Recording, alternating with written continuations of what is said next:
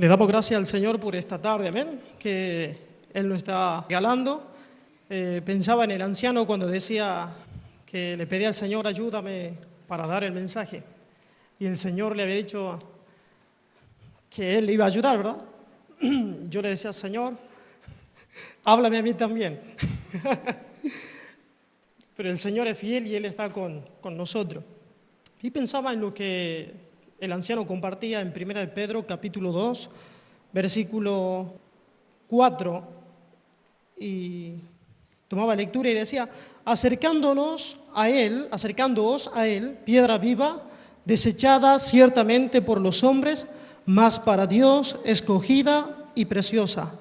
Vosotros, ustedes también, como piedras vivas, sed edificados como casa espiritual y sacerdocio santo, para ofrecer sacrificios espirituales aceptables a Dios, ¿por medio de quién? De Jesucristo. Y miraba que cuando Salomón estaba edificando y creo que ya estaba dedicando el templo a Jehová, él hace una pregunta. ¿Es verdad que Dios estará con los hombres? Y él pregunta, ¿cómo Dios puede estar en este templo y en esta casa que yo he edificado? Si los cielos de los cielos no pueden contenerte. Y era ese misterio oculto, la iglesia en Cristo Jesús, fundamentada en Jesucristo. Y el versículo 5 dice, vosotros también como piedras vivas, sed edificado como casa espiritual. O sea que la iglesia y cada uno de nosotros de manera individual es casa, es templo, como dice el apóstol Pablo, de Dios. Y Dios hace su morada en cada uno de nosotros por medio de su Espíritu Santo. ¿Verdad que es tremendo, verdad? De que Dios, de aquel que se dice en la Escritura que los cielos de los cielos no pueden contenerlo, que esté en nosotros. Y Pablo decía, ¿verdad? Y ya con más revelación de este misterio de la iglesia, él dice, ya no vivo yo, sino que Cristo vive en mí. De manera individual y también colectiva y universalmente la iglesia a lo largo de la historia, ¿verdad? La iglesia siendo la casa espiritual de Dios. Y quien lleva a cabo esa obra es Jesucristo, como decía el anciano, cuando Cristo dijo, yo edificaré mi iglesia. Y es Él quien edifica su iglesia y le ha placido hacerlo por medio de nosotros. Qué tremendo, ¿verdad? Bueno, ese tema lo va a tocar el pastor Raúl después. Pero es como que no podemos entender, ¿verdad? Qué grande, ¿verdad? Que Dios es. Y este misterio de que Él vive en nosotros y que nosotros somos esa casa de Dios, esa casa espiritual. Me gustaría comenzar haciendo una pregunta. ¿A Dios le interesa su iglesia? Sí, ¿verdad? A Dios sí le interesa su iglesia. Vamos a ir al libro de Apocalipsis.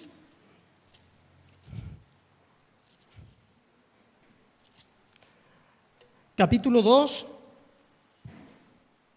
Versículo 1.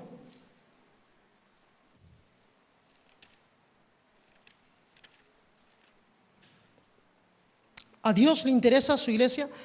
Capítulo 2, versículo 1 de Apocalipsis dice, escribe al ángel de la iglesia en Éfeso, el que tiene las 7 estrellas en su diestra, el que anda en medio de los 7 candeleros de oro, dice esto. Yo conozco tus obras y tu arduo trabajo y paciencia y que no puedes soportar a los malos y has probado a los que se dicen ser apóstoles y no lo son y los has hallado mentirosos. Pero en el versículo 1 dice el que anda y el que anda es Jesucristo y el candelero es la iglesia y las estrellas son los mensajeros de esa iglesia, o sea, los ministros. El Señor está enseñando en este lugar que Dios tiene, que Jesucristo, es como decir, Él supervisa su iglesia. Él sabe todo lo que está pasando en ella. Como lo sabía, en este caso, en la carta del apóstol Juan, y en el capítulo 2, en el libro de Apocalipsis. El Señor sabía la situación precisa de cada una de estas iglesias, y el que anda es Jesucristo. Anda en medio de la iglesia, que es el candelero. Y estas 7 estrellas son los ministros. Significa que Dios, al hablarle a esta iglesia, está diciendo: yo tengo toda autoridad y gobierno sobre la iglesia. O sea que no es ningún hombre, sino ¿quién? Jesucristo. El Dios del universo. Él tiene conocimiento de cada una de sus iglesias y de su iglesia en general. Es Jesucristo, y Él anda, dice, en medio de ella. Él está en medio de nosotros. Y así como Él conocía la situación precisa de cada una de estas iglesias, también conoce nuestra situación. Amén. Bueno, me gustaría decir que para que haya verdadera vida en la iglesia, debe haber principalmente verdadero amor, ¿verdad? Porque no habría verdadera vida de la iglesia si no hay verdadero amor entre los miembros. Y vamos a ir al Evangelio de Juan, capítulo 13, versículo 33 al versículo 35.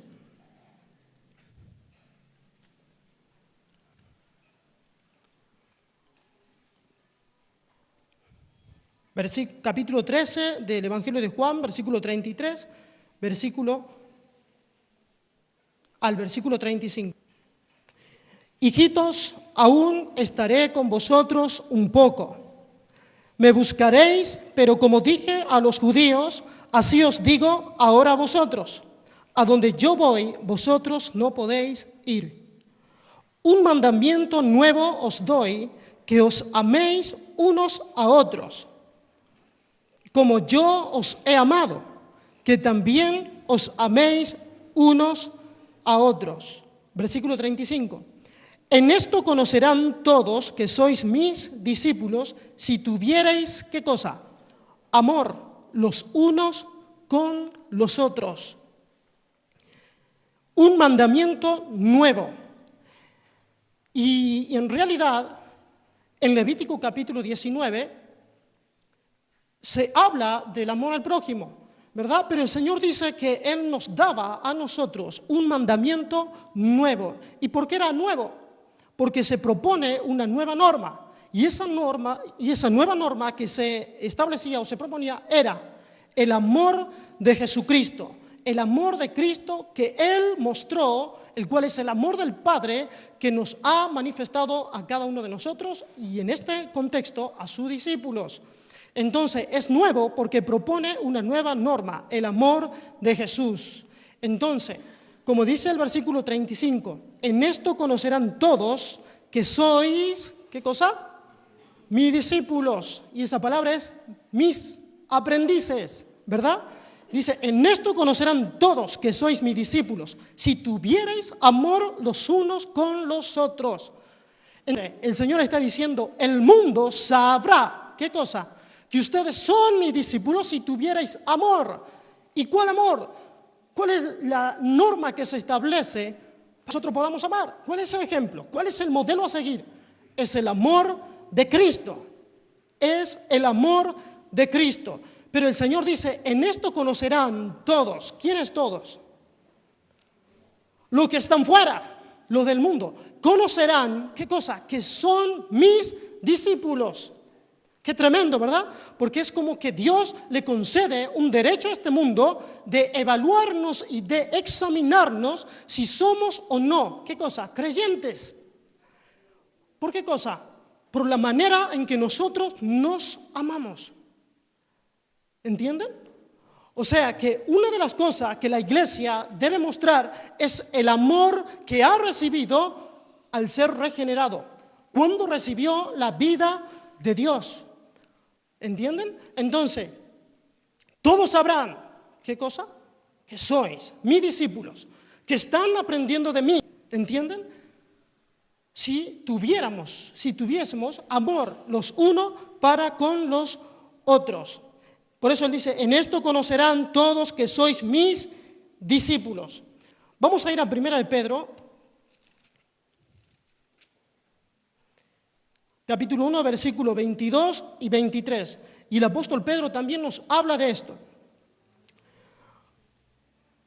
Versículo 22 dice, habiendo purificado vuestras almas por la obediencia a la verdad, mediante el Espíritu, para el amor fraternal no fingido.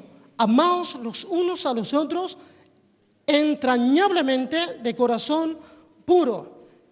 Miren el versículo 23, siendo renacidos no de simiente corruptible, sino de incorruptible por la palabra de Dios que vive y permanece para siempre. ¿Esto qué significa? Un resumen de este versículo es que el nuevo nacimiento trae consigo, ¿qué cosa? Pureza interior. Pureza interior. Eso es lo que trae la regeneración, el nuevo nacimiento. Porque dice, habiendo purificado, ¿qué cosa? Vuestras almas. La regeneración, el nuevo nacimiento trae esto. Pureza interior. Entonces, esta pureza o esta nueva naturaleza y nueva vida que nosotros recibimos se va a manifestar. ¿Cómo? En el amor que nosotros tengamos para con nuestros hermanos. ¿Entienden? O sea que el amor pertenece a nuestra nueva vida en Jesucristo. El amor está inseparable de la regeneración. Esto significa, porque acá el apóstol Pedro dice que nosotros hemos escuchado, ¿qué cosa? La palabra de verdad. Y por haber escuchado la palabra de verdad y haberla obedecido, hemos sido renacidos. Y la simiente es Cristo, es la vida de Cristo que está en cada uno de nosotros. Y dicho sea de paso, que la iglesia y cada uno de nosotros no tiene otra vida sino la de Cristo para vivir. No hay otra, sino la vida de Jesucristo. Por eso es que nosotros fracasamos cuando intentamos nosotros, con nuestra propia fuerza, agradarle a Dios. Fracasamos, porque ya no es con nuestra fuerza. Así como en el Antiguo Testamento o Pacto se habla, no es con tu fuerza, Israel. Ni siquiera con espada, ni con caballo, ni con nada de eso, sino con ¿qué? Con mi espíritu. Y es el Espíritu de Dios que manifiesta la vida de Cristo en nosotros. Entonces, el nuevo nacimiento trae consigo pureza interior. Dios siempre comienza trabajando ¿de dónde? De adentro, ¿verdad? Él comienza adentro trabajando con cada uno de nosotros. Así ha comenzado. Y se manifiesta, se extiende a qué cosa? A lo exterior. Lo religioso solamente comienza de manera externa. Todo lo que no es verdadero, lo que no es de Dios, es imitación, nada más. Comenzamos a imitar ¿qué cosa? A un nuevo nacido, al creyente, comenzamos a imitarlo. Queremos ser como Él, pero lo que no tenemos es la vida de Cristo, algo que fluye por naturaleza en nosotros. Por eso Cristo dijo, separado de mí, nada podemos, ¿qué cosa? Hacer. No podemos amar por nosotros mismos a menos que tengamos la vida de Cristo en nosotros. O sea que para que haya verdadera vida en la iglesia debe haber ¿qué cosa? Amor. Porque dijo Cristo, así sabrán quiénes los de afuera, que sois mis discípulos. Pero si amas, dijo en otra ocasión, si amas a los que te aman, ¿qué estás haciendo de más? Debes amar a tus enemigos, o a los que considera que son tus enemigos y quizás no lo son. ¿Verdad? Porque puede ser así. Eso es mi enemigo y quizás no es tu enemigo. Los consideras, pero no lo es. ¿Entiendes? Debes examinarte a ver si de verdad es tu enemigo o no. No importa cómo sea, pero dice el Señor que debemos amar a nuestros enemigos y orar por ellos. Señor, cámbialo. No, Señor, cámbiame, ¿verdad? Cámbiame a mí para que yo pueda amarlo y perdonarlo a Él. Bueno, entonces no hay verdadera vida sino en la iglesia si no hay verdadero amor. Entonces la iglesia crece y se hace fuerte y es unida. ¿Cuándo? Cuando nos amamos unos a otros, ¿verdad? Los unos a los otros, como dice acá. Y voy a volver a repetir, y es provechoso para ustedes, el nuevo nacimiento trae, ¿qué cosa? Pureza interior. A ver, nos grabemos eso. Trae pureza interior. Si nací de nuevo, Cristo me ha purificado. Ya no tengo odio, sino que voy a amar a mis hermanos. Y el apóstol Juan en su primera carta hace mucho énfasis en esto, ¿verdad? ¿Sí o no? El que ama a su hermano está dando evidencia de que nació de nuevo. ¿Sí o no? Sí. Entonces, voy a volver a leer este versículo porque está precioso y recién lo recibí del anciano. Habiendo purificado vuestras almas por la obediencia a la verdad mediante el Espíritu, para el amor fraternal no fingido. Es un amor genuino y no que se está imitando. Yo imito que amo y abrazo y sonrío. Y no. Es un amor de verdad. ¿Entienden? Es un amor de verdad. No me voy a extender en eso. No fingido. Amaos los unos a otros entrañablemente de corazón puro. No tenemos remedio. Entrañablemente. No tenemos remedio. Amo a mi hermano. Debo amarlo. Si nací de nuevo, si no estaría en desobediencia a Dios, si no amo a mi hermano, ¿verdad? ¿Qué implica eso? Bien cortito. Bueno, que no voy a hablar mal de mi hermano. Voy a buscar el bien de él, como Cristo. Cuando el apóstol Pablo escribe a los hermanos allá y escribe su carta a los filipenses, y él dice: haya pues en vosotros este mismo sentir que hubo en Cristo Jesús. ¿Somos discípulos de Cristo? ¿Estamos aprendiendo de él? Bueno, acá dice: haya pues en vosotros este mismo sentir que hubo también en Cristo Jesús, que siendo en forma de Dios no escatimó de ser igual a Dios como cosa que aferrarse, sino que se despojó de sí mismo. ¿Saben lo que significa? Que Él no se tuvo en cuenta a sí mismo. Eso significa. Él vino a obedecer al Padre y a salvar a los indignos, a los que no merecían salvación. O sea que Él no se tuvo en cuenta a sí mismo. Se despojó de su gloria, no de su divinidad, pero sí de su gloria, de su esplendor. ¿Entienden? Y se revistió de humanidad y se humilló, estando en esa condición de hombre, a sí mismo. ¿Para qué? Para que nosotros ahora sigamos su ejemplo. ¿Verdad qué precioso eso? Un hijo de Dios se deleita en obedecer a su Padre. Y se deleita porque Cristo se deleitó, y si Cristo está en nosotros, también vamos a experimentar y a vivir lo mismo. Deleitarnos en obedecer a Dios. Entonces, para que haya verdadera vida en la iglesia debe haber verdadero amor. Vamos a ir a Primera de Juan, la primera carta de Juan.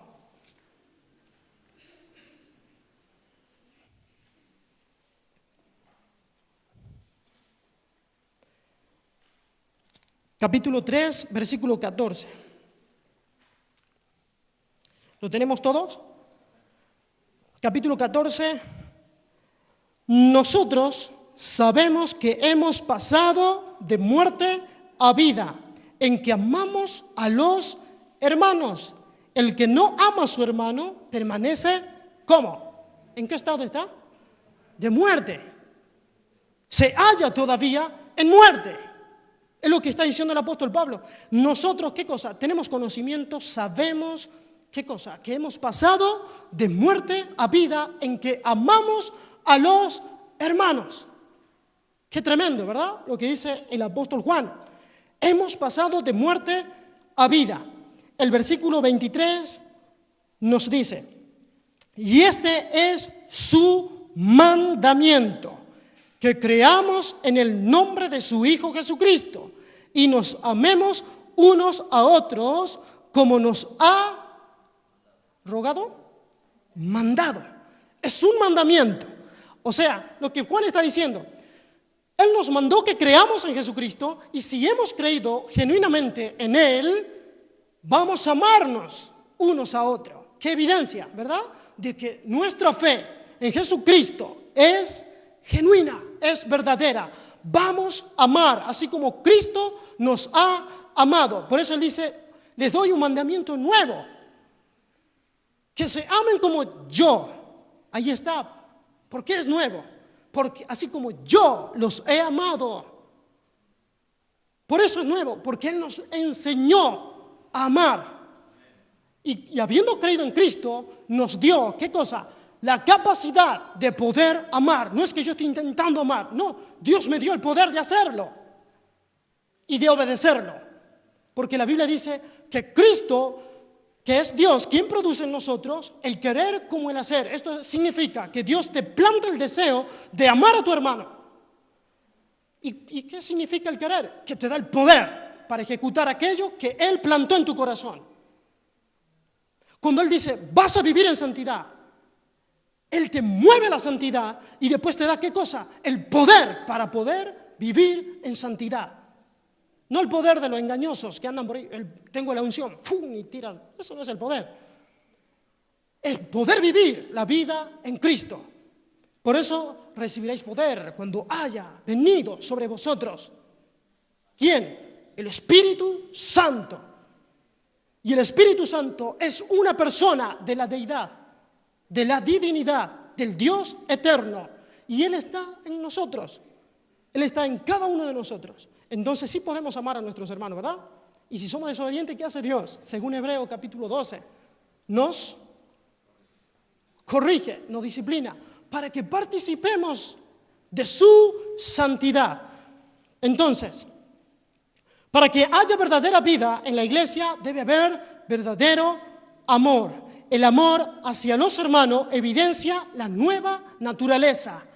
La nueva naturaleza, la vida de Cristo, así como estábamos leyendo en Primera de Pedro, capítulo 2. Veamos de esta misma carta en el capítulo 4, versículo 12. Nadie, nos dice el versículo 2, ha visto jamás a Dios. Si nos amamos unos a otros, Dios permanece en nosotros.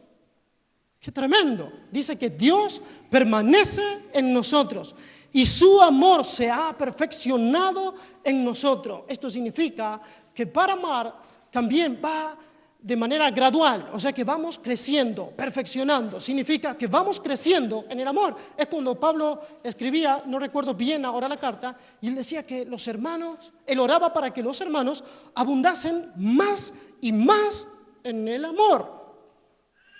O sea que no es que de manera automática estoy amando de todo corazón. No, es de manera gradual. Por eso dice que vamos a hacer, ¿qué cosa? Perfeccionado. Vamos a ir cada vez más y más siendo maduro en esto, en lo que es amar a mis hermanos, en amar a los hermanos. Capítulo 4, también el versículo 7. Nos dice así: amados, amémonos unos a otros, porque el amor es de Dios. Todo aquel que ama es nacido de Dios y conoce a Dios. ¿Ve? Cómo la regeneración, el nuevo nacimiento está inseparable del amor.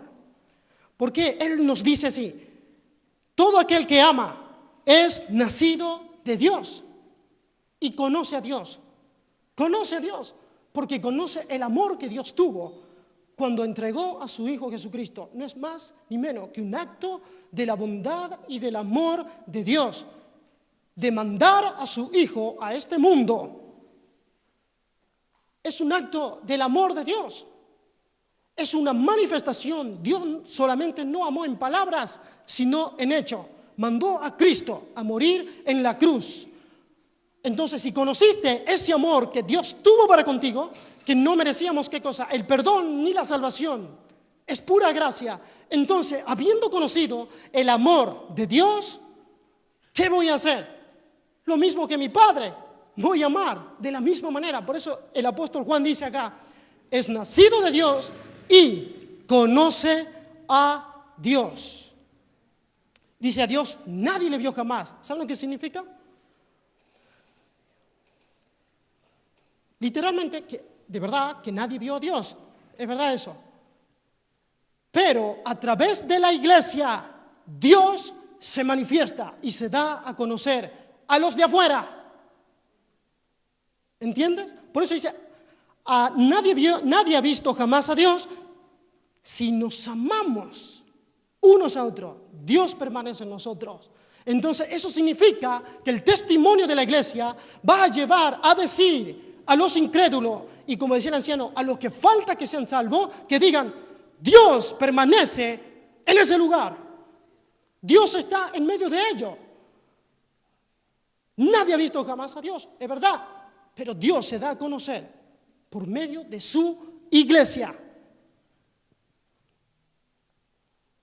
Hay que obedecer porque es un mandamiento, ¿verdad? Así que si alguno no soportaba a alguien, ¿qué va a tener que hacer?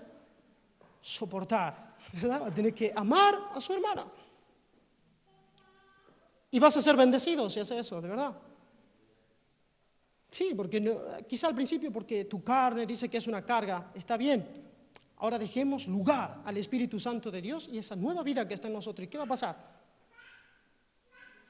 En la obediencia hay bendición, ¿verdad? ¿Qué dice la Escritura eso? Y bueno, y también hay gozo cuando se obedece. O los chicos cuando desobedecen a su padre, ¿cómo están? ¿Felices? No, ¿verdad? Están tristes, están escondidos, están con miedo, porque saben que hicieron algo que no deberían haber hecho y se esconden. Pero si está todo bien, obedeciendo a su padre, ¿cómo están ellos? Felices, gozosos, fluye la comunión, ¿verdad? Bueno, así también. Si obedecemos a Dios, hay gozo, hay comunión. Ese es el primer punto, terminamos. Pasamos rápidamente al segundo, origen de los problemas en la vida de la iglesia. Y vamos a ver dos solamente porque son muchos. ¿Verdad que son muchos? Pero vamos a ver dos nada más. Origen de los problemas en la vida de la iglesia. Y uno de ellos es el favoritismo entre los ministros. Qué tremendo, ¿verdad? El favoritismo entre los ministros. ¿Qué provoca? ¿Saben lo que provoca? División. Eso provoca división. El favoritismo entre los ministros. Y lo digo así para que se grabe bien. Y nos hace bien, de verdad. Entonces, ¿qué provoca esto? División, el favoritismo. Y vamos a ir a primera carta a los Corintios, capítulo 4.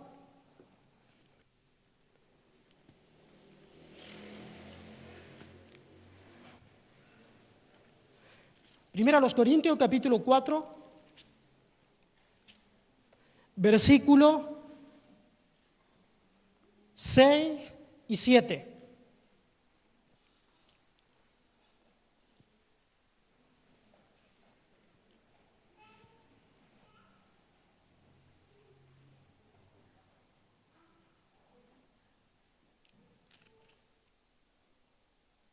¿Lo tenemos?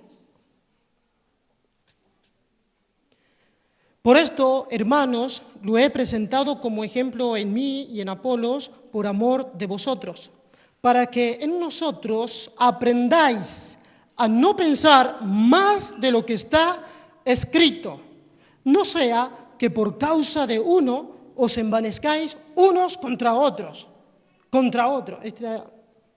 Ya hay una guerra ahí. Porque, ¿quién te distingue? ¿O qué tienes que no hayas recibido? Y si lo recibiste, ¿por qué te glorías como si no lo hubieras recibido? Ya estáis saciados, ya estáis ricos, sin nosotros reináis. Y ojalá reinaseis para que nosotros reinásemos también juntamente con vosotros. Y vamos a pasar también rapiditamente al capítulo 3, versículo 3 en adelante. Porque aún, versículo 3 del capítulo 3, porque aún sois carnales, pues habiendo entre vosotros celos, contiendas y disensiones, ¿no sois carnales y andáis como hombres? Porque diciendo el uno, yo ciertamente soy de Pablo, y el otro, yo soy de Apolos, ¿no sois carnales? ¡Qué tremendo! Ahí está, el favoritismo. Entonces, ¿qué estaba haciendo la iglesia cuando Pablo le escribe? Ellos estaban formando sus grupos. Un grupito allá, otro por acá y otro por acá. Y cada uno decía, bueno, nosotros tenemos la verdad. O somos más profundos, o somos más no sé qué.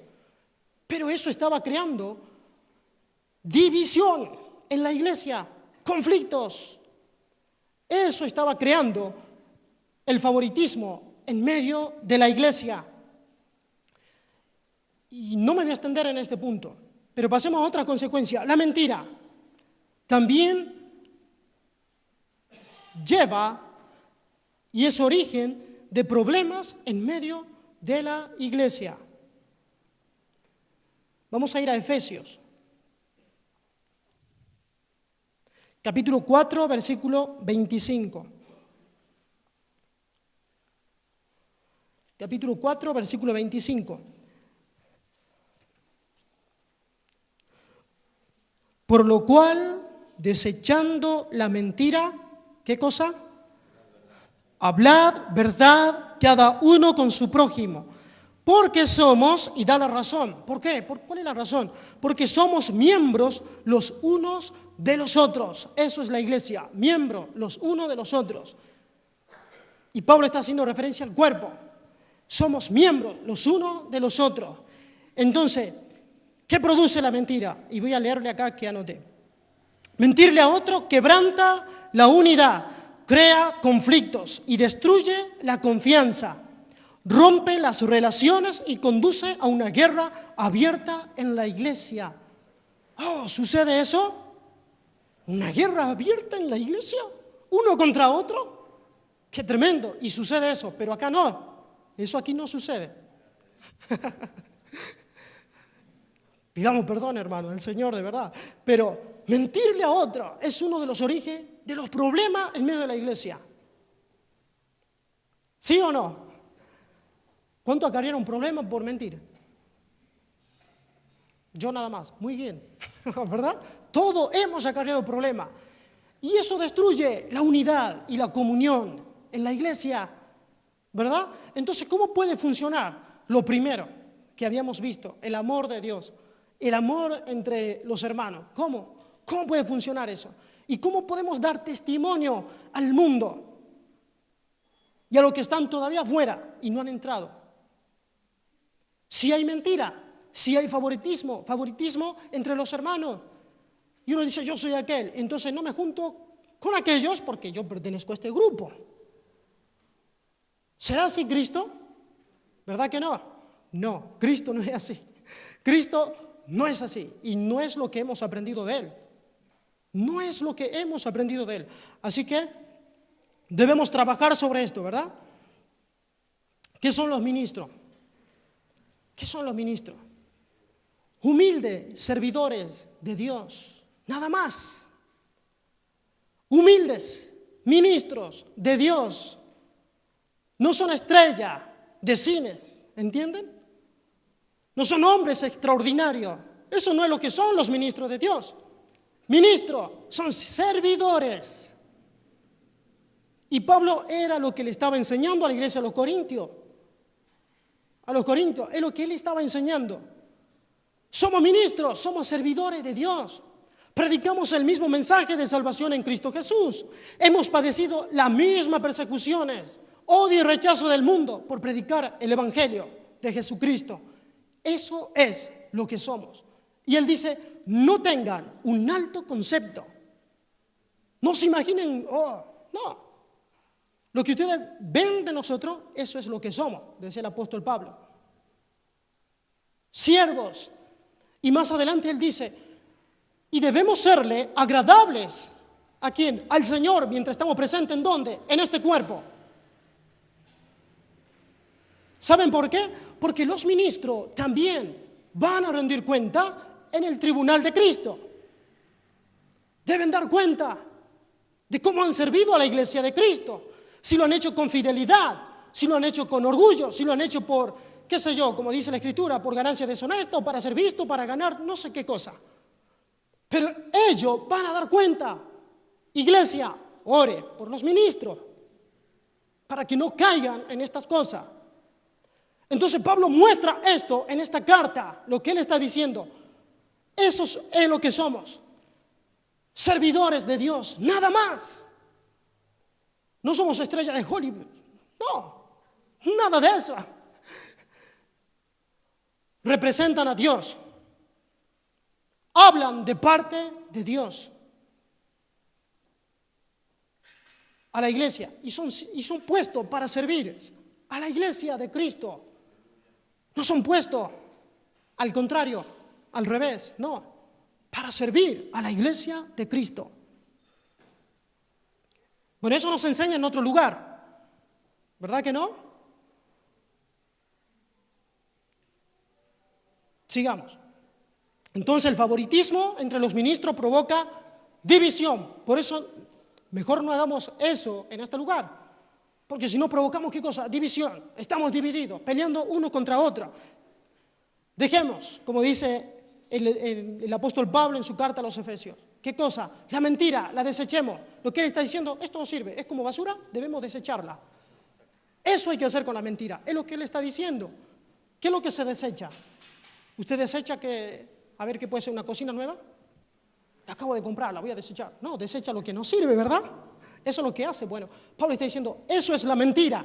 Deben desecharla, porque rompe relaciones, crea conflicto en la iglesia y nos mantiene en guerra unos para con otros. Y entonces, ¿qué pasa? No somos eficaces, ni siquiera una iglesia eficiente para dar testimonio de Cristo. Qué tremendo, ¿verdad? Entonces, eso en cuanto a los orígenes de los problemas en la vida de la iglesia. Vamos a pasar rápidamente al próximo punto. Unidad en la iglesia. Y nos quedamos acá, en la carta a los Efesios, capítulo 4. Versículo 3. Vamos a hablar también de la unidad de la iglesia. Versículo 3 nos dice, solícitos en guardar, ¿qué cosa? La unidad del Espíritu. ¿A quién pertenece la unidad? Al Espíritu. ¿De quién es la obra de llevar una iglesia y a una congregación a la unidad? Del Espíritu Santo. Sigamos. En el vínculo de la paz. Versículo 4. Un cuerpo y un espíritu, como fuisteis también llamados en una misma esperanza de vuestra vocación. Versículo 5. Un Señor, una fe, un bautismo, un Dios y Padre de todos, el cual es sobre todos y por todos y en todos. Qué tremendo, ¿verdad? La unidad de la iglesia. ¿Cómo será la unidad de la iglesia? Bueno, si es obra del Espíritu, ya está, Él lo va a hacer. Sí, ¿verdad? Él lo va a hacer. Pero ¿con quiénes lo va a hacer? Eso significa que la unidad en la iglesia no es de manera automática, que sucede porque sucede. No, cada miembro de la iglesia, cada creyente debe procurar y trabajar para lograr la unidad en la iglesia. ¿Se entiende? Nosotros somos los responsables, cada creyente, de trabajar para lograr la unidad en medio del cuerpo de Cristo, en medio de los miembros del cuerpo de Cristo, de la iglesia de Cristo. Somos nosotros. Pero también, como nos dice el versículo 3, es la obra sobrenatural y la obra del Espíritu Santo. ¿De qué? De procurar y de llevarnos a la unidad. ¿Qué sucede en el mundo con las personas? Hay muchas cosas que los lleva a ellos, ¿a qué? A estar, digamos, desunidos o a ser indiferentes unos con otros. ¿Por qué razón? Porque hay mucha diferencia, ¿verdad? Hay mucha diferencia en el mundo, pero no necesariamente debe suceder eso en la iglesia. No debe suceder lo mismo que sucede en el mundo, por el estado social, la posición social, ¿verdad? Unos están en cierto lugar y otros en otro, por la carrera universitaria. Entonces, cierto grupo está allá y otro está allá, pero eso no debe suceder acá, dentro de la iglesia. No, porque el apóstol Santiago nos exhorta y nos anima ¿a qué? A que no hagamos, ¿qué cosa? Exactamente, acepción de persona. Es lo que la iglesia no debe hacer. ¿Se entiende? Para guardar la unidad en la iglesia.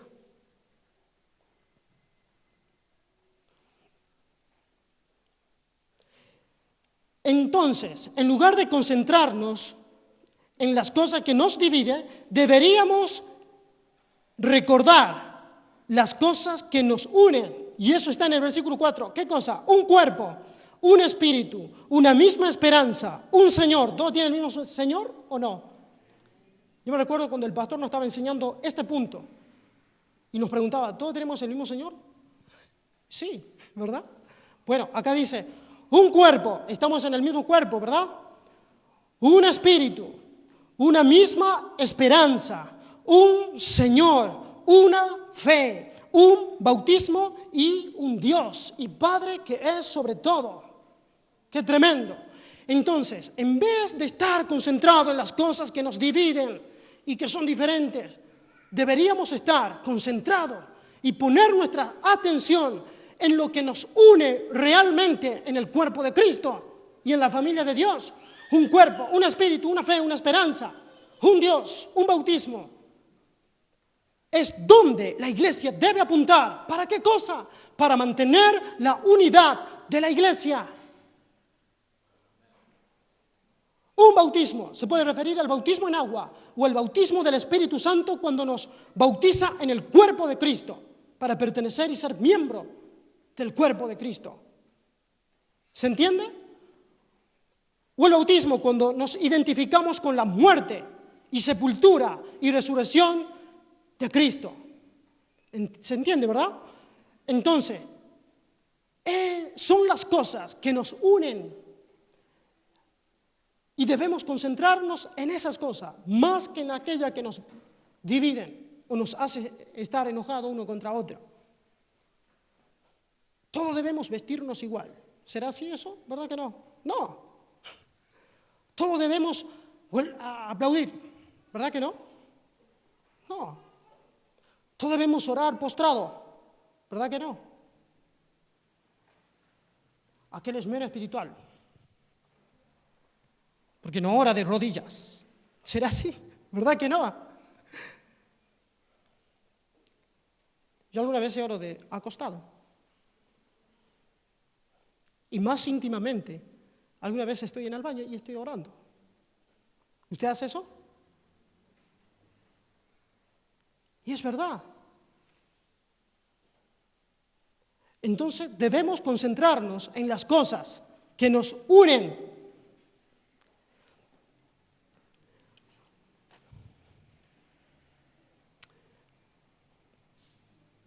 Vamos a pasar al otro punto, que es la iglesia y la evangelización.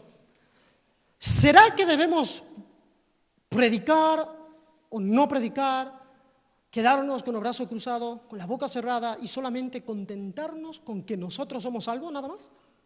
¿O será que debemos, donde quiera que nosotros estemos, hablar de lo que nosotros hemos sido hechos testigos? De la salvación tan grande que se efectuó en nosotros cuando hemos escuchado el Evangelio y hemos creído en Cristo. ¿Verdad que ninguna persona puede quedarse callada habiendo experimentado semejante cambio en su vida, sí o no? Que estaba perdido y que ahora es hallado y que es salvo.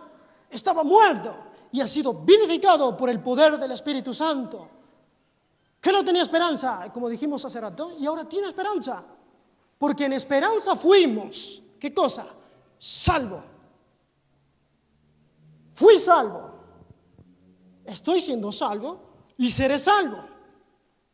Pasado, presente y futuro. Comporta mi salvación. Pasado, presente y futuro.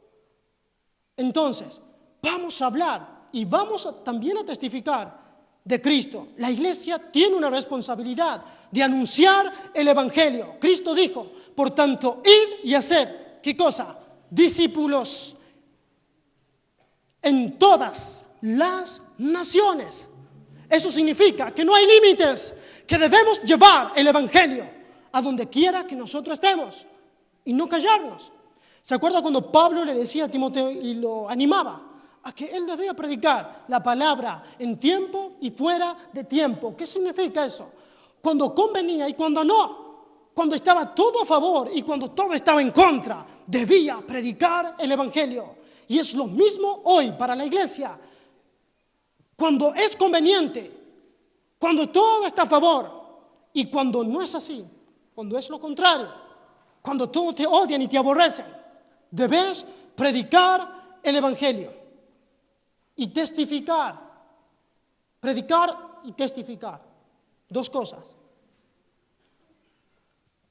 Por lo general, la iglesia testifica lo que ha sucedido en su vida cuando creyó en Cristo. Entonces, es nuestro deber. Cristo dice, por tanto, id y haced discípulos. ¿Qué es eso? ¿Será que Dios está diciendo, ojalá que ustedes vayan y se le ocurra? No, ¿verdad? Dios está diciendo, por tanto, id. Él manda. ¿Saben por qué? Porque Él es Señor. Y versículos anteriores Él está diciendo, después de haber resucitado y haber llevado a cabo la obra de redención, Él dice, toda potestad me es dada en los cielos, en la tierra y debajo de la tierra. Toda potestad me es dada, toda autoridad me es dada. Y entonces Cristo añade, por tanto, ¿y cuál es la razón? Que Él tiene toda autoridad en el universo. Y Él dice a su iglesia y le anima, vayan y prediquen el evangelio, hagan discípulos. ¿Qué cosa? Enseñándoles que guarden todas las cosas que yo les he mandado. Pero debes saber lo que Dios te ha mandado para enseñarle a otro, porque es imposible, ¿verdad? Debes conocer las Escrituras. La iglesia debe ser alguien que conoce las Escrituras, que conoce las doctrinas del evangelio. ¿Para qué? Para poder obedecer con ese mandato. Por tanto, id y haced discípulos. Significa que vamos a estar enseñando. Yo ya le hablé una vez y no quiso escuchar, así que no. Le hablas una vez y debes hablarle otra vez y debes hablarle otra vez. Porque así es la gracia de Dios. Cuando a mí Cristo me llamó una vez, después me llamó otra vez y me llamó otra vez y yo estaba duro. ¿Verdad? Pero Él no se cansó. Dios no se rinde. Tampoco nosotros. Debemos ser luz. Porque Él es digno de que nosotros proclamemos lo que Él hizo en la cruz, donde Dios, que es santo, fue exaltado y vindicado en su justicia por la muerte de Cristo. Entonces su iglesia es alguien que va por las calles, por el mundo, donde quiera que esté, hablando del evangelio. Y como dijimos, cuando es conveniente y cuando no es conveniente. Acá Dios no quiere que hable porque me están amenazando, me voy. No, Cristo hablaba, ¿verdad? Cristo hablaba y estaban a punto de apedrearlo. Pero Él no se calló. Esteban habló hasta la muerte. ¿Sí o no? También nosotros. Pero si estamos acá, solamente escondidos, y si tiene el trabajo y soy un mudo, muerto, que no habla nada, ¿cómo pueden llegar los demás a los pies de Cristo, rendido y arrepentido, diciendo, Señor, perdóname, soy un pecador y estaba perdido? También debes orar por eso, pedirle al Señor que te dé oportunidad, palabra para hablar. ¿Entienden? No es que yo, estoy caminando y de solo te hablo de Cristo. No sucede así. Dispongo mi corazón en obediencia a aquel que es Señor y a quien pertenece toda potestad y todo reino. Y entonces le digo, Señor, yo quiero hablar, yo quiero testificar, quiero ser una iglesia que hable de ti. Cristo dijo, vosotros sois la luz del mundo. ¿Sí o no? ¿Y de dónde viene esa luz? ¿Sabe de dónde? Del Espíritu Santo, que es el aceite. ¿Saben qué somos nosotros? Lámparas. Qué tremendo, ¿verdad?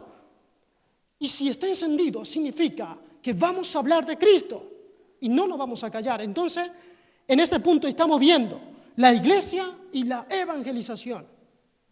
¿Se entiende o no?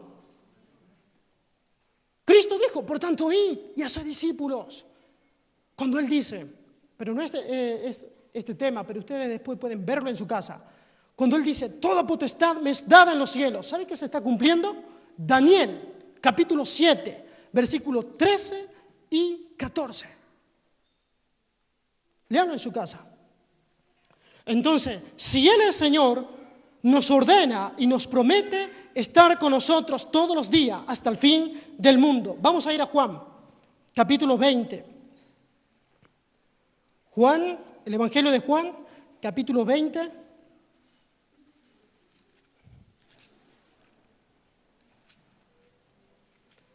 versículo 21 y 23.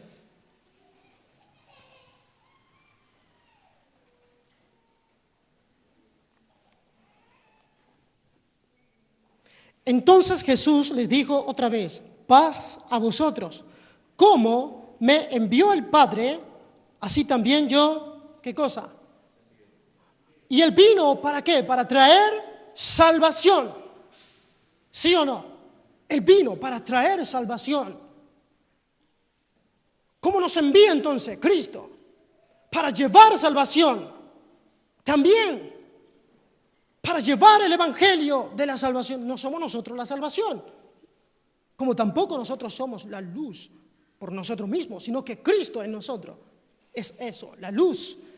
Y proclamamos el evangelio de Cristo. Vamos a ir también a Mateo capítulo 28, versículo 18 y 20. Capítulo 28, versículo 18 al 20.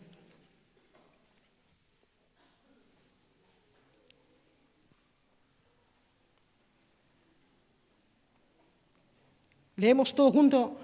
Y Jesús se acercó y les habló diciendo: toda potestad me es dada en el cielo y en la tierra. Por tanto, id y haced discípulos a todas las naciones, bautizándolos en el nombre del Padre y del Hijo y del Espíritu Santo, enseñándoles que guarden todas las cosas que os he mandado. Y he aquí, yo estoy con vosotros todos los días hasta el fin del mundo. Y he aquí, yo estoy con vosotros todos los días hasta el fin del mundo. Cristo está con nosotros mientras llevamos a cabo esto, la obra de anunciar a otro el evangelio de Cristo, el evangelio del reino de los cielos, el evangelio de la gracia de Dios, el evangelio de la salvación.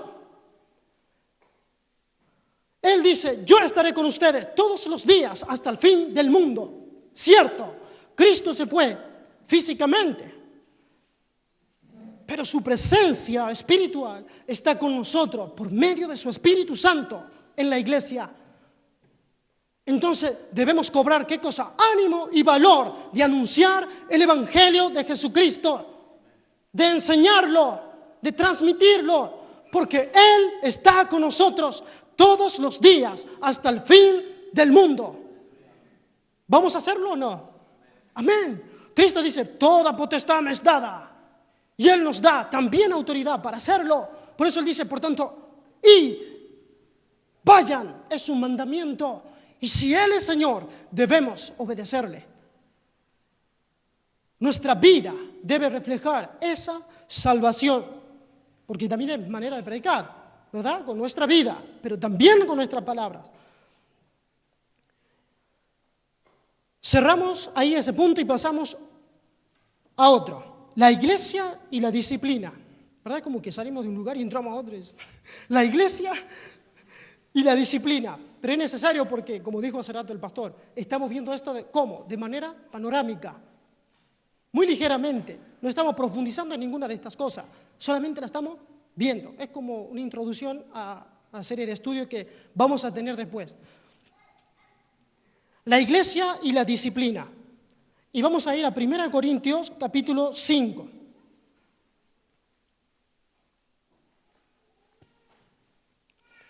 Primera Corintios capítulo 5.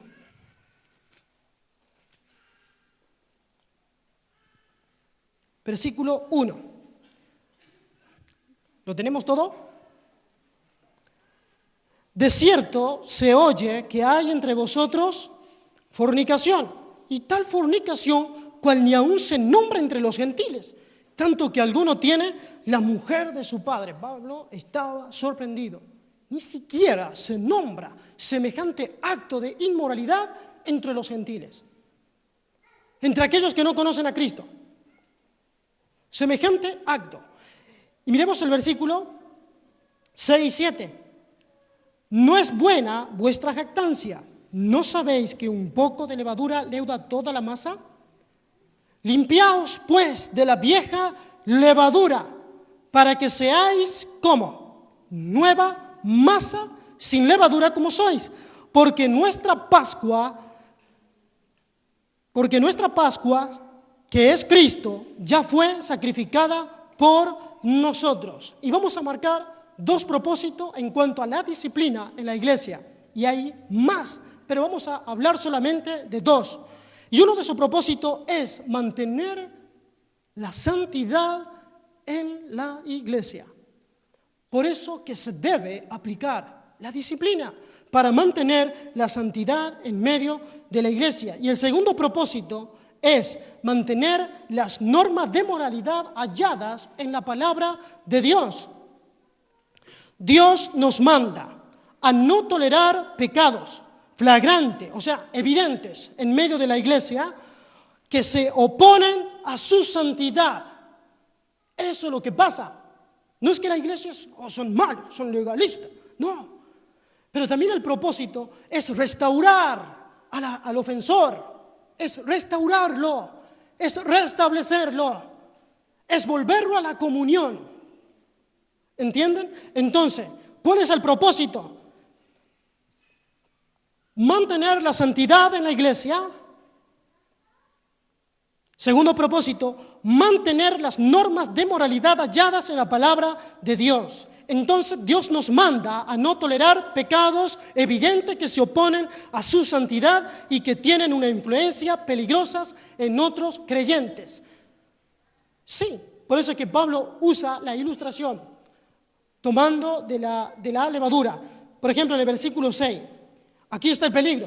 No es buena vuestra jactancia.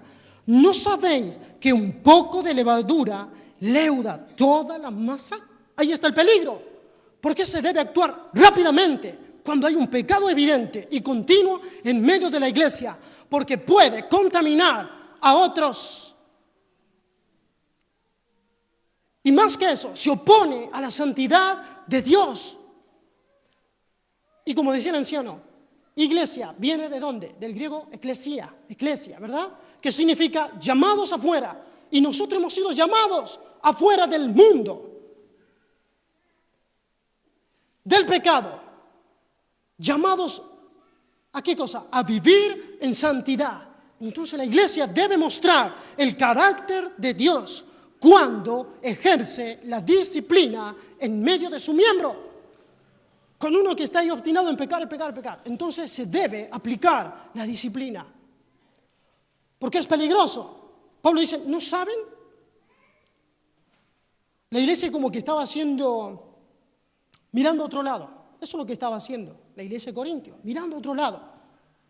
Y el pecado específico aquí era que había un hombre que tenía relación con su madrastra. ¿Entienden? Entonces, por eso Pablo dice, ese acto pecaminoso ni siquiera se nombra entre los gentiles.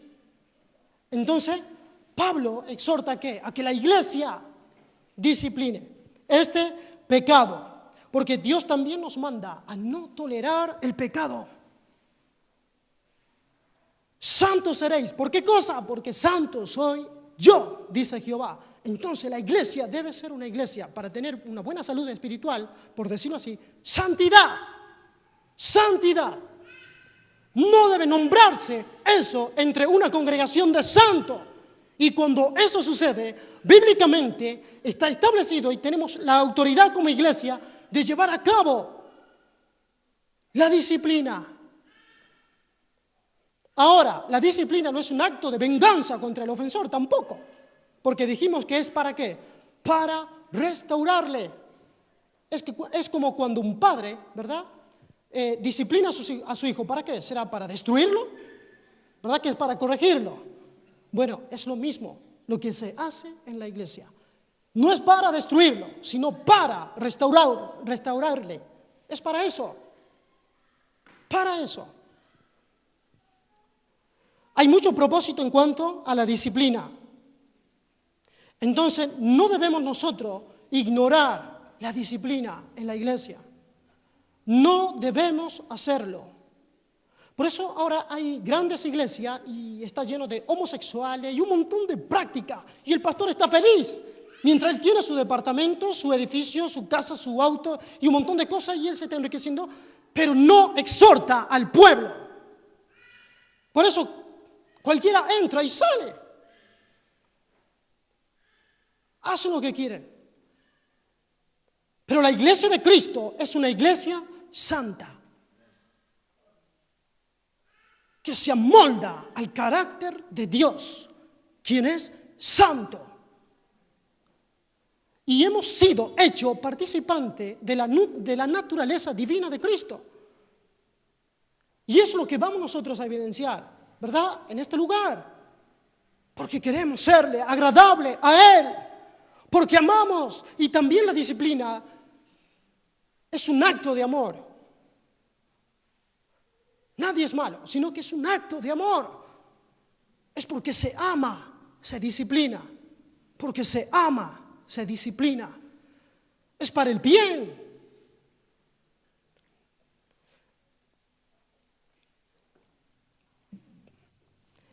En la noche, tocando el tema del versículo 7, leámoslo por favor, dice: limpiaos pues de la vieja levadura, para que seáis nueva masa sin levadura como sois.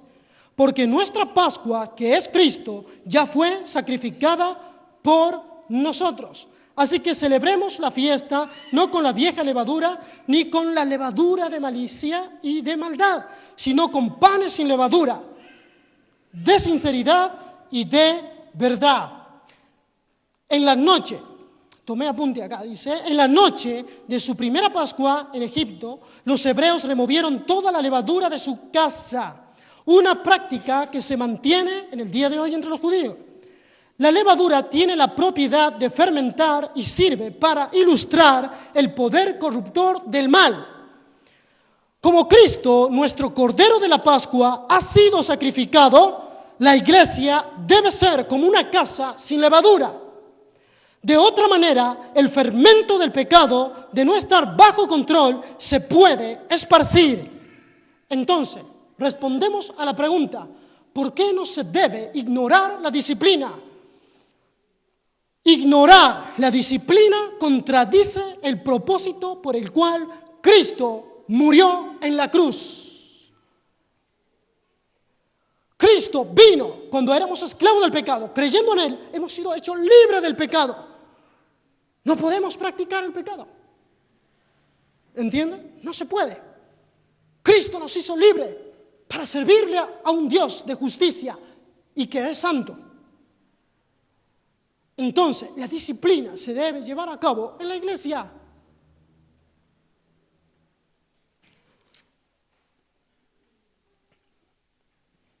El versículo,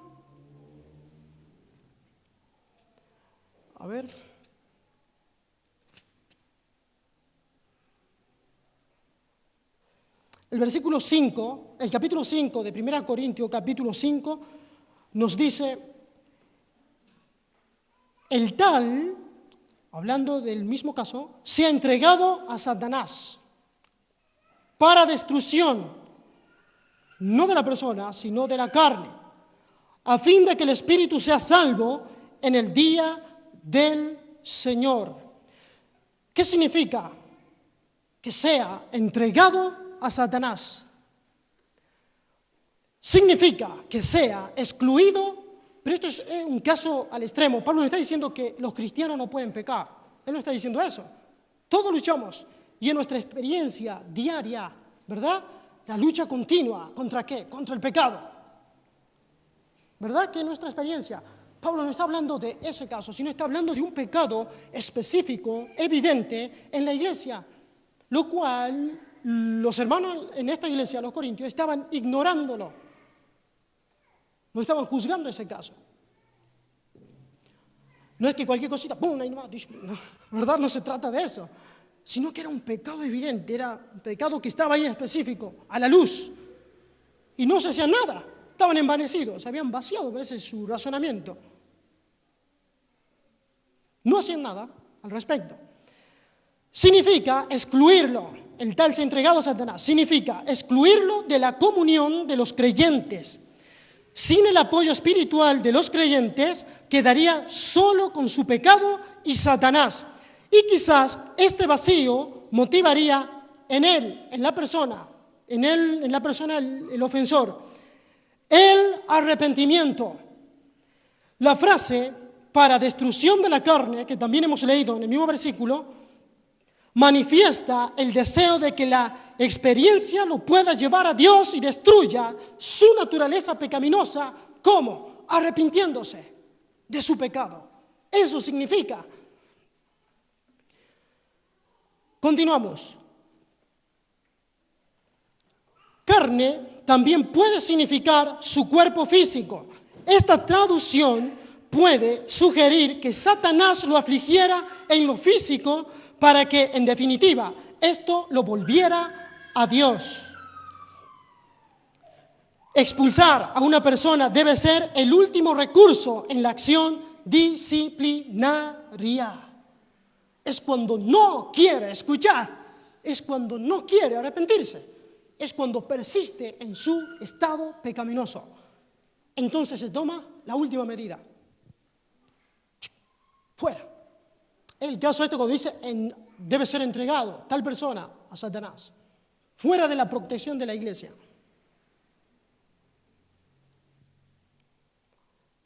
Estoy solo. ¿Hay alguien acá?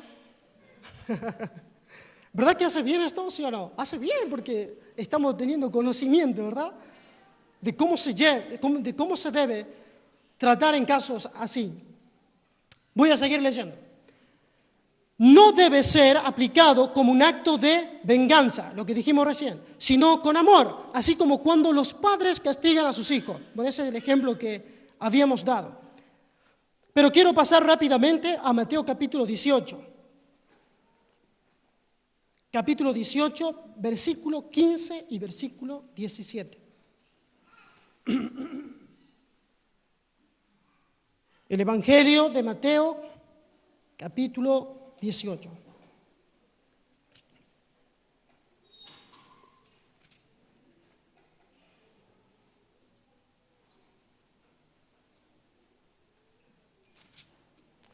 Versículo 15 y al versículo 17.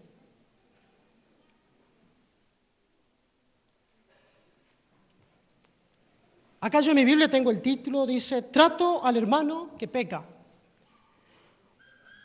Versículo 15, leemos. Por tanto, si tu hermano peca contra ti, ve y repréndele, estando tú y él solos. Si te oyere, has ganado a tu hermano. Mas si no te oyere, toma aún contigo a uno o dos, para que en boca de 2 o 3 testigos conste toda palabra. Si no lo oyere a ellos, dilo, ¿a quién? A la iglesia. Y si no oyere a la iglesia, tenle por gentil y publicano. Es como que no pasó la prueba, ¿verdad? Y si no oyere a la iglesia, tenle por gentil y publicano. Entonces, primer paso, tenemos 3, ¿verdad? Entonces el primer paso es buscar al hermano y reprenderlo, ¿cómo? En privado, a sola. En privado. Pasemos rápidamente al segundo. Si no escucha, vaya con 1 o con 2 testigos. Segundo paso. El tercer paso es este. Y si se niega a oír, lleve el asunto ante la iglesia. Una vez realizado esos pasos, después que esos pasos se den, los próximos serán, primero, apartar de la comunión al que pecó. Vamos a ir a 1 Corintios capítulo 5.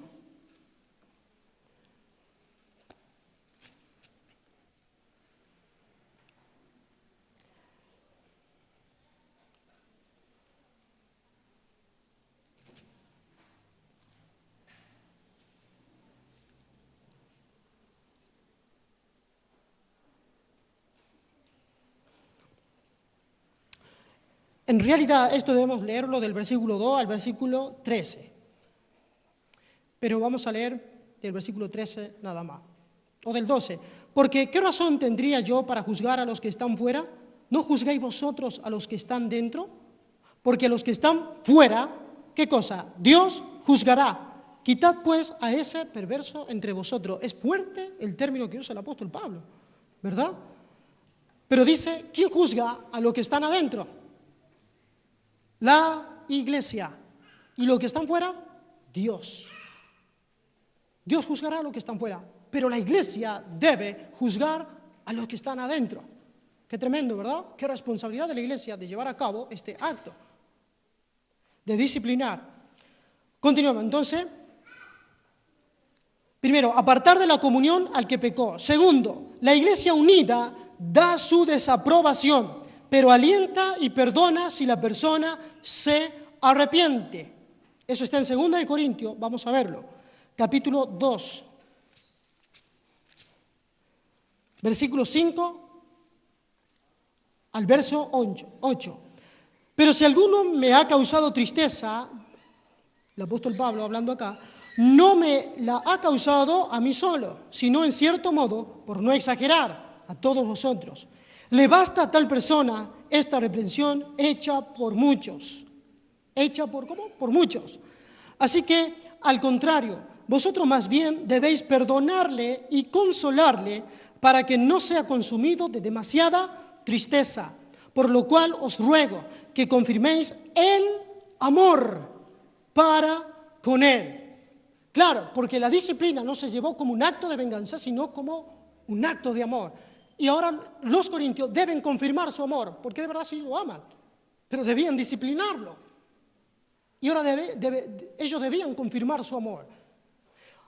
Pero este segundo paso que estamos viendo nos dice, la iglesia unida da su desaprobación, pero alienta y perdona si la persona se arrepiente. Eso es lo que la iglesia debe hacer. Ahora, ¿qué pasa si tenemos que tener contacto con esa persona? Tercer paso, no asociarse con la persona desobediente. Si debe hacerlo, háblele como alguien que necesita amonestación. Segunda a los Tesalonicenses capítulo 3. Vamos ahí, rápido. Segunda carta a los Tesalonicenses. Capítulo 3, versículo 14 al 15. Entonces, ¿cómo debemos hacer con aquella persona? Si la encontramos o si tenemos que tener contacto. ¿Qué hace la iglesia? ¿Qué hacen los hermanos? Deben hablarle como una persona que necesita ser amonestada. Si alguno no obedece a lo que decimos por medio de esta carta, a ese señaladlo. Se le pone una marca. Y no os juntéis con él para que se avergüence. ¿Para qué? Para que se avergüencen, nada más.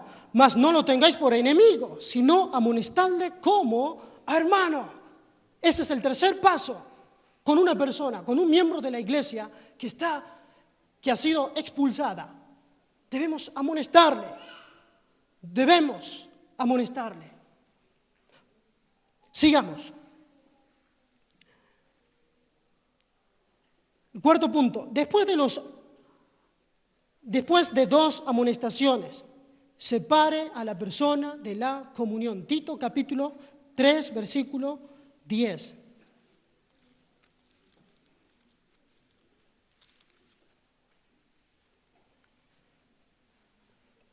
Es un hombre que causa división entre los hermanos. Después que se le amonestó 1, 2, 3 veces y sigue persistiendo, creando conflicto y división en la iglesia, ¿qué se debe hacer? Bueno, Pablo nos dice, al hombre que cause divisiones después de una y otra amonestación, deséchalo. Pero dicha disciplina debe usarse con mucho cuidado, con toda rectitud y en amor, porque se busca el bien de esa persona, no destruirla, ¿verdad? ¿Se entiende o no? Bueno, y hay algunos puntos más que no lo voy a tocar esta noche, pero sería la iglesia y su ministro. Así que eso lo estaríamos viendo quizás después, ¿verdad? Así que le doy gracias al Señor por permitirme haber podido, ¿verdad?, exponer esto y enseñarlo. Le doy gracias al Señor por eso y sin Él no lo puedo hacer. Así que Vamos a orar, vamos a darle gracias al Señor por este momento y así terminamos esta primera parte y pasamos a la segunda. Padre, te damos gracias por tu amor, por tu misericordia. Gracias, Señor, por lo que venimos escuchando desde el comienzo de estos talleres. Padre, te doy gracias porque tú eres fiel, porque tú eres bueno.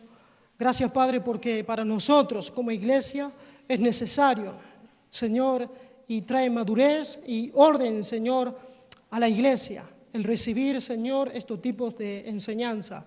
Padre, yo te doy gracias en el nombre de Cristo Jesús. Gracias por el pastor Gustavo y el pastor Raúl que continuará.